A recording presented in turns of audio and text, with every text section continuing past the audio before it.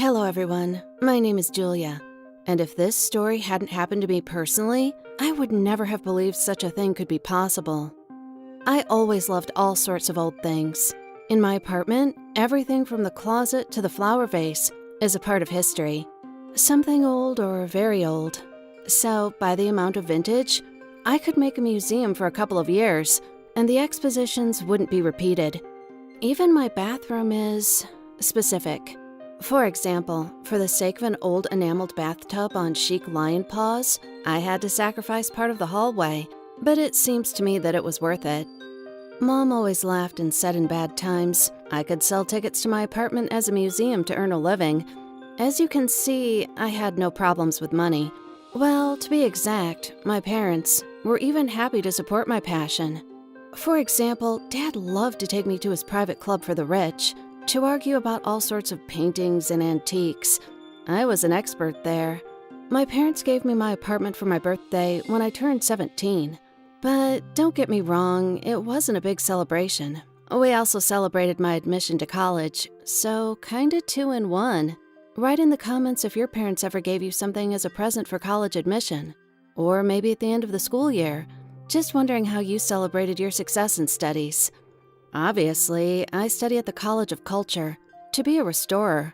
Technically, my department deals with furniture and interior items, but I also go to a painting class because I've been painting since I was a kid, and paintings are the most popular vintage in my father's club.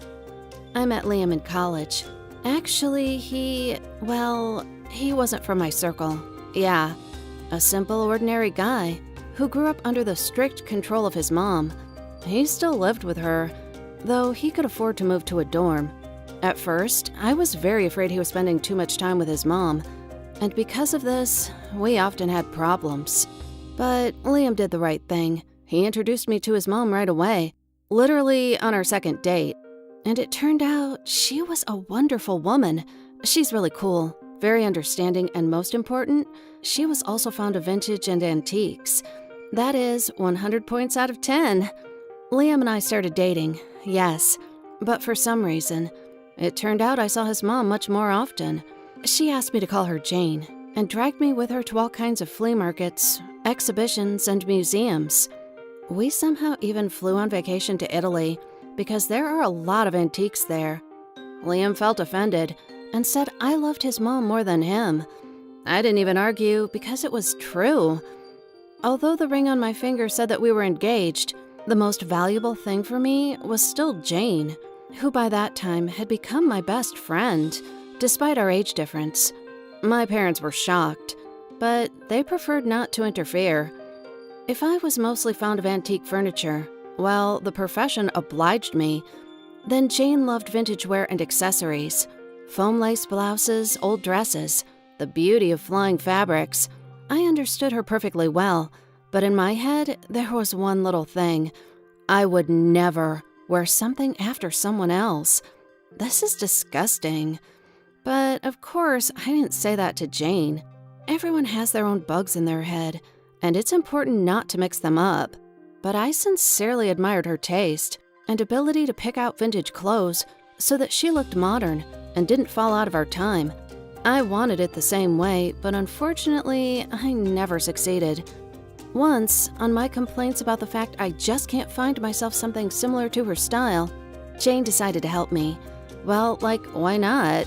We're friends and stuff, and she personally bought me a gorgeous dress, as if from the paintings of the 19th century. It was really fancy, and at the same time, somehow, when you look at a thing and understand this is not vintage in its purest form, but a modern imitation, here is some kind of dress, very suitable for walking in a summer park, for example, or for hiking in various beautiful places. Well, or just for photo shoots. I fell in love with this dress at first sight. I put it on and didn't alter it anymore. It seemed to be sewn just for me. It sat perfectly even at the waist. Although I have a non-standard one, it's too narrow, and I have to alter the usual things I buy.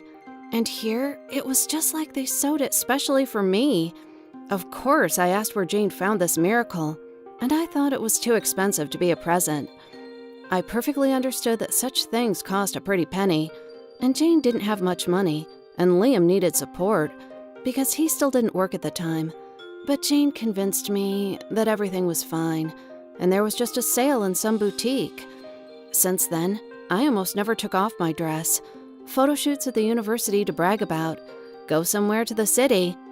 I have such a thing that I will carry the thing I like until I get tired, so no one was surprised.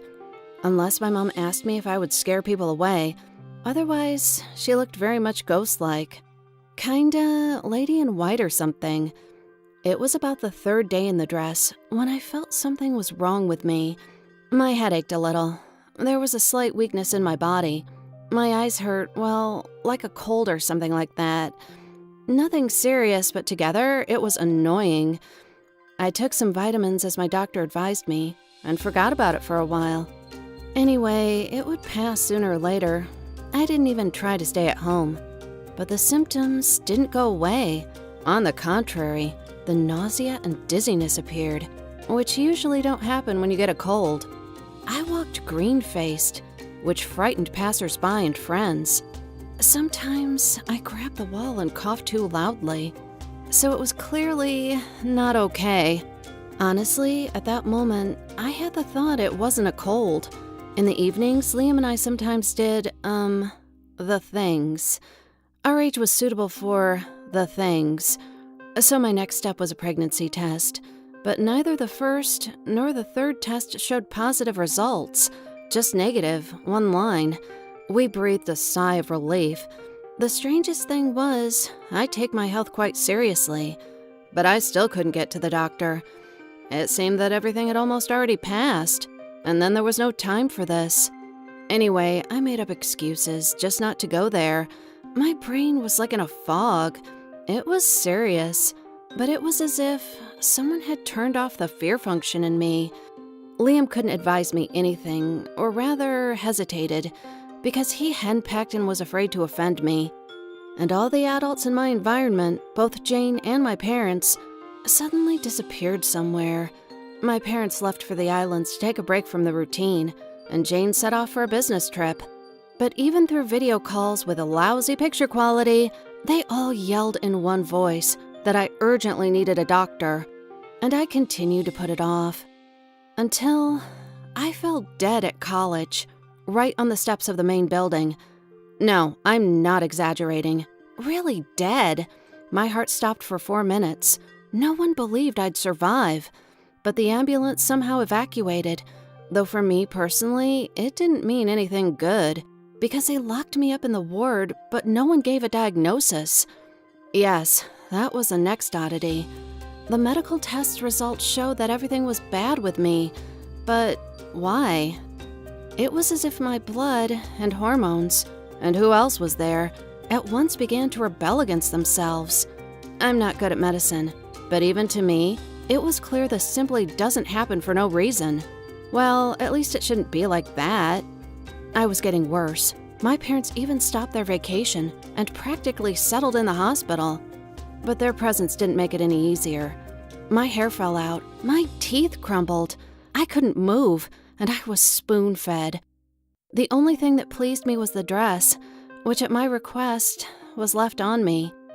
At some point, I was in intensive care in a very serious condition, literally with one foot in the ward and the other in the morgue.